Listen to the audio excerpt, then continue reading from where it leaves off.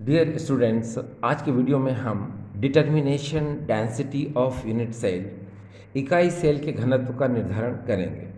Dear students, आपकी screen पर आपको यहाँ पर ये जो फार्मूला नज़र आ रहा है, rho equal to Z into M upon a cube into N naught. एक बार फिर से देखिए, rho equal to Z into M upon a cube into N not.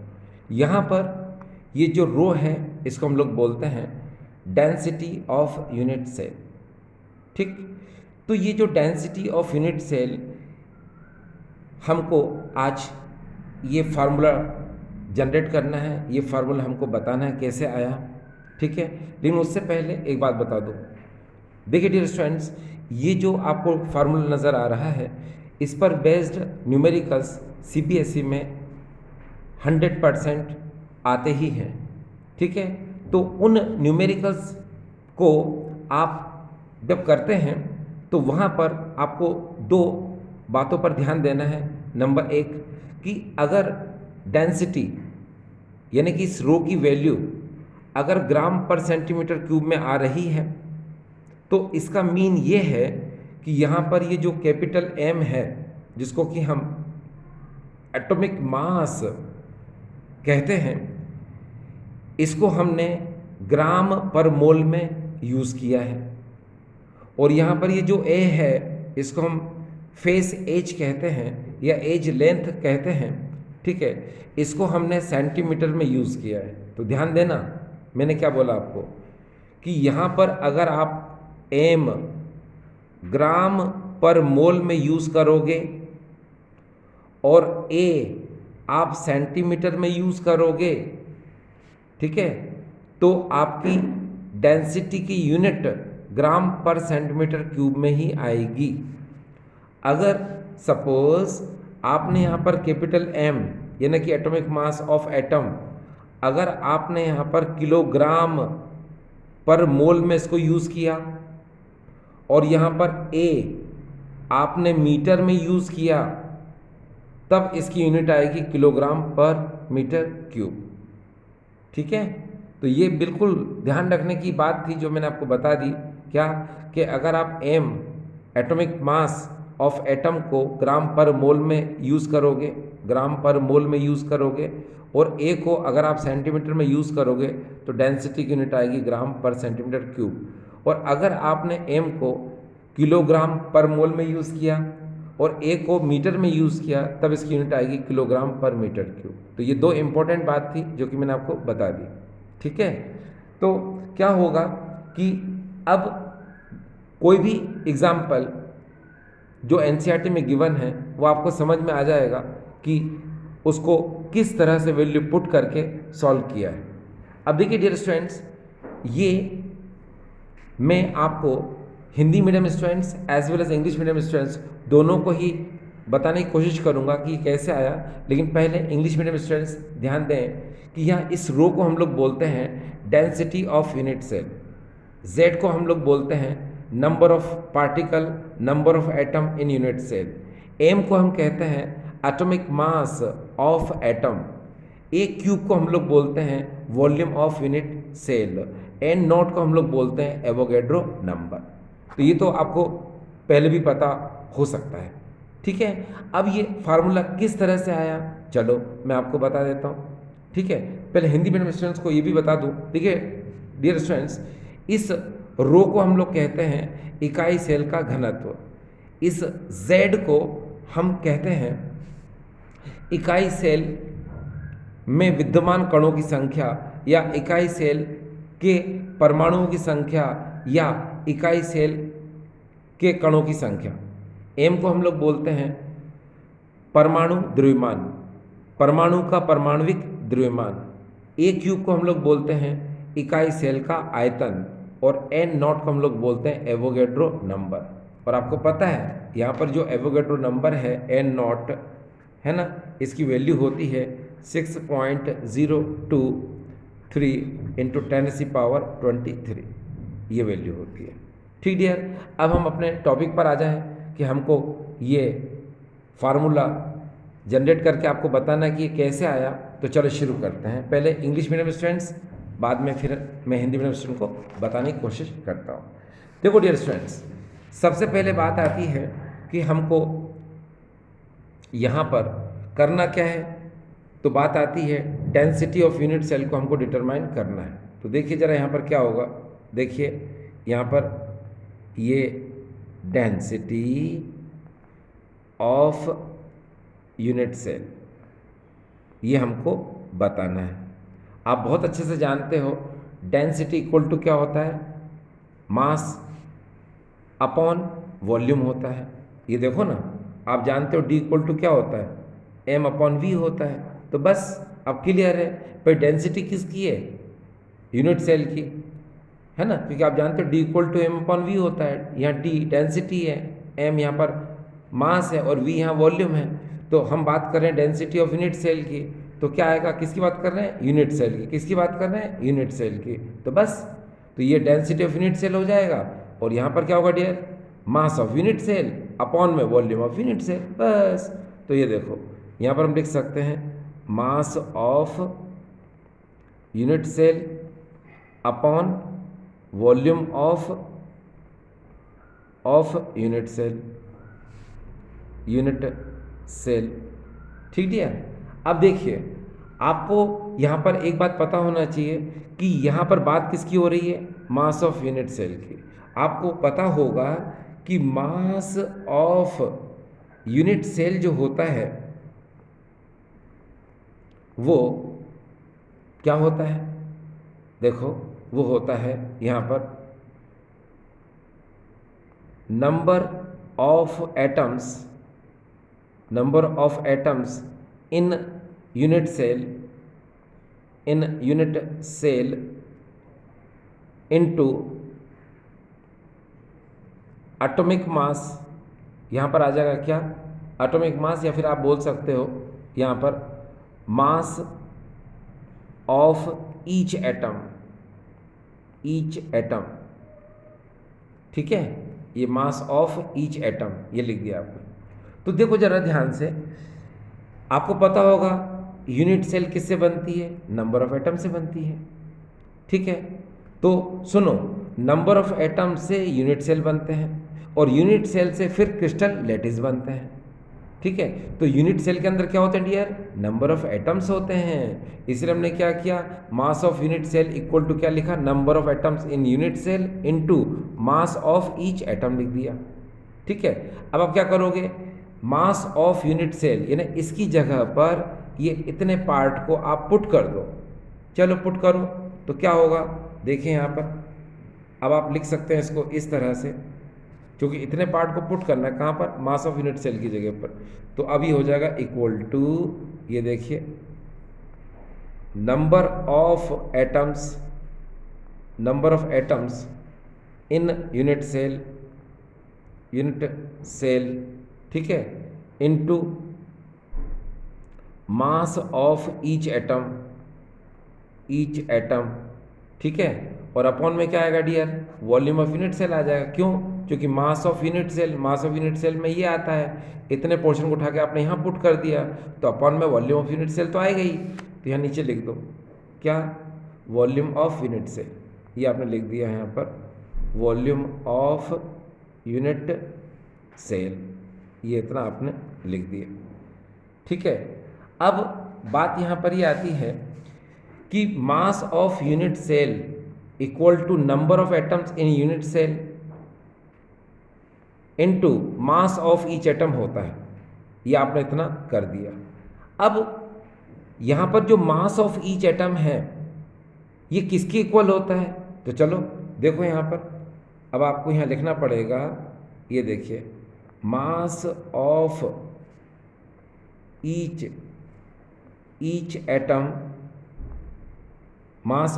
Atom equal to होता है एटॉमिक मास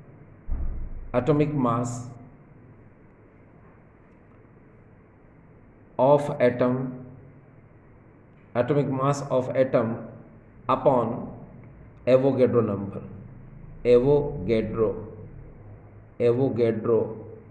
एवोगेड्रोज नंबर, ये आपने इतना लिख दिया बस।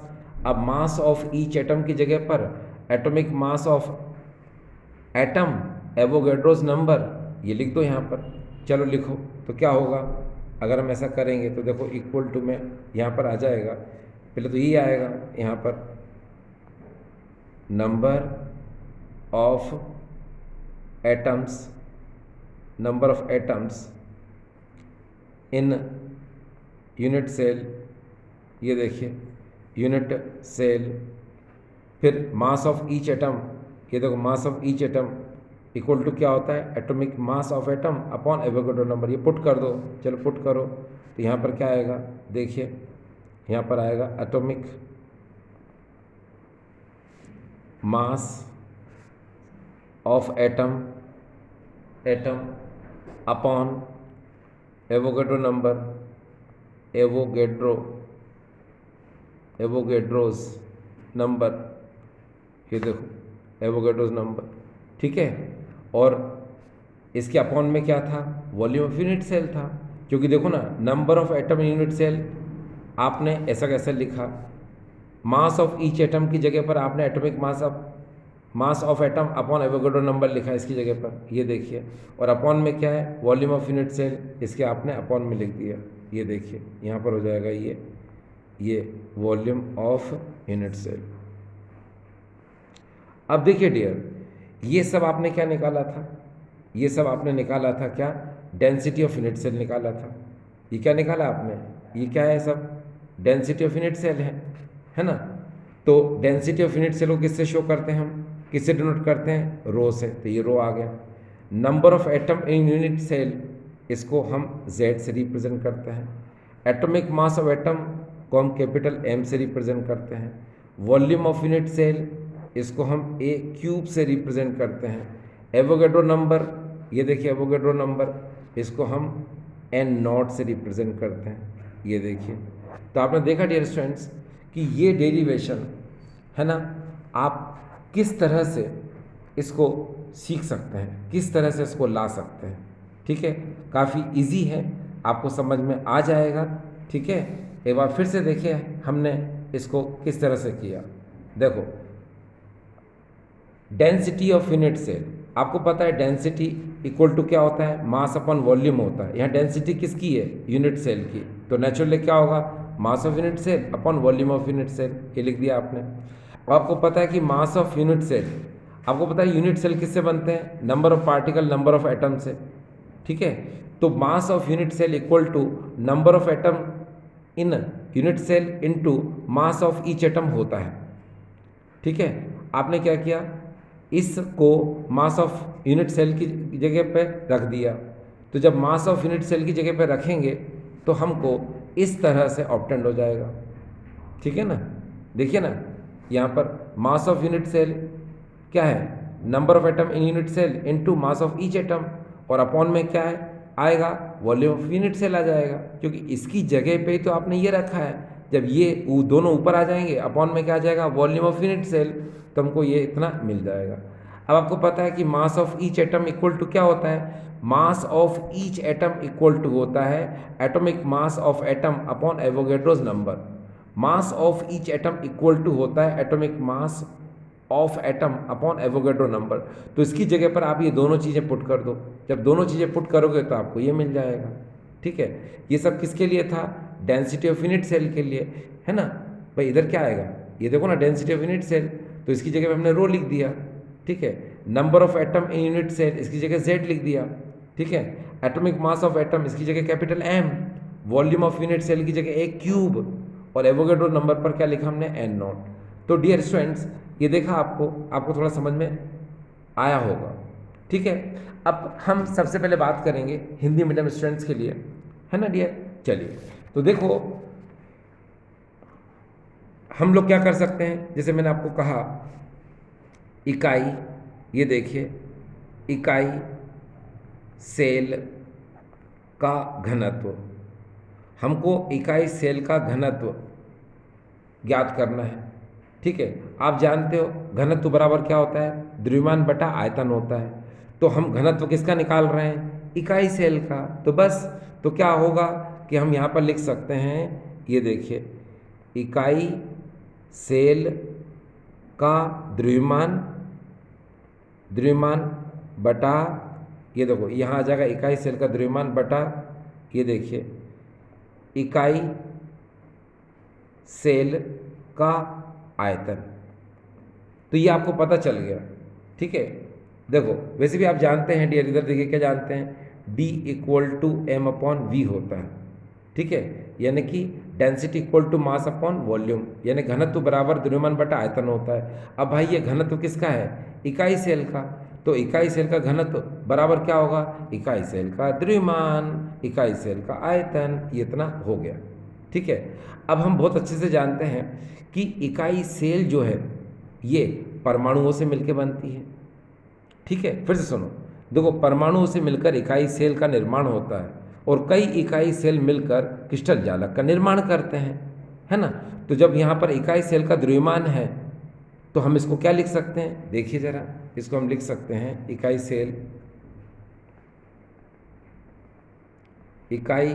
सेल का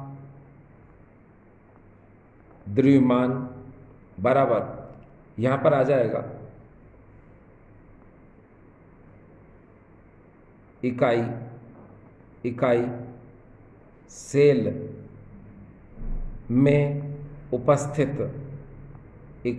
में उपस्थित परमाणुओं की संख्या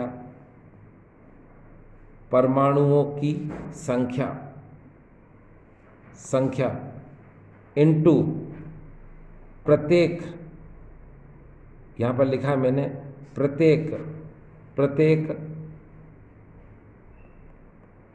परमाणु का द्रव्यमान। तो डियर याद रखिए, इकाई सेल का द्रव्यमान बराबर इकाई सेल में उपस्थित परमाणुओं की संख्या या फिर इकाई सेल में उपस्थित कणों की संख्या इनटू प्रत्येक परमाणु का द्रव्यमान होता है। तो आप क्या करोगे, ये जो इकाई सेल का द्रव्यमान है इसकी जगह पर इन दोनों चीज़ों को ऊपर रख देना और अपॉन में क्या आ जाएगा, इकाई सेल का आयतन आ जाएगा। चलो देखो, तो यहाँ पर अब हम लिख सकते हैं इसको इस तरह से, देखिए इकाई सेल में उपस्थित परमाणुओं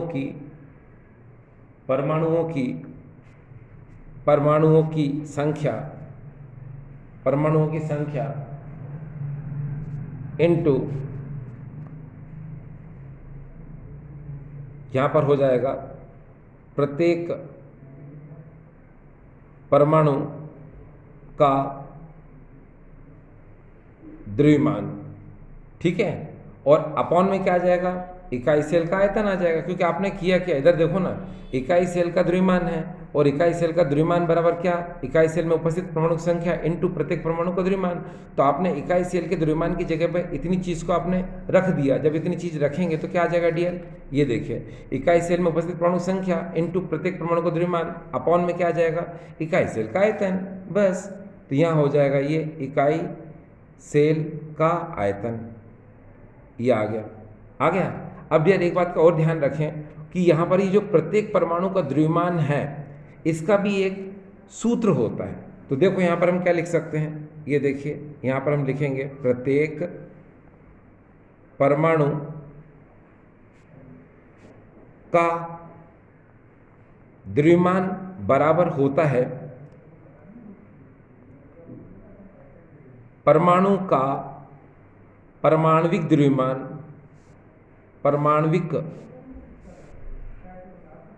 द्रव्यमान, ठीक है। प्रत्येक परमाणु का द्रव्यमान, इसका फार्मूला क्या होता है, प्रत्येक परमाणु का द्रव्यमान बराबर परमाणु का परमाणुक द्रव्यमान अपॉन में आ जाएगा, इसके अपॉन में आता है एवोगैड्रो संख्या,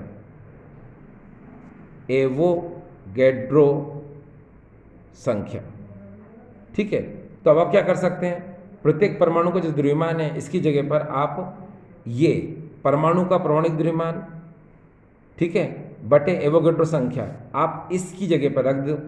जब इसकी जगह पर रखेंगे तो क्या मिलेगा आपको, जरा देखिए, आपको मिलेगा यहाँ पर इस तरह से, ये देखिए इकाई सेल में उपस्थित इकाई सेल में उपस्थित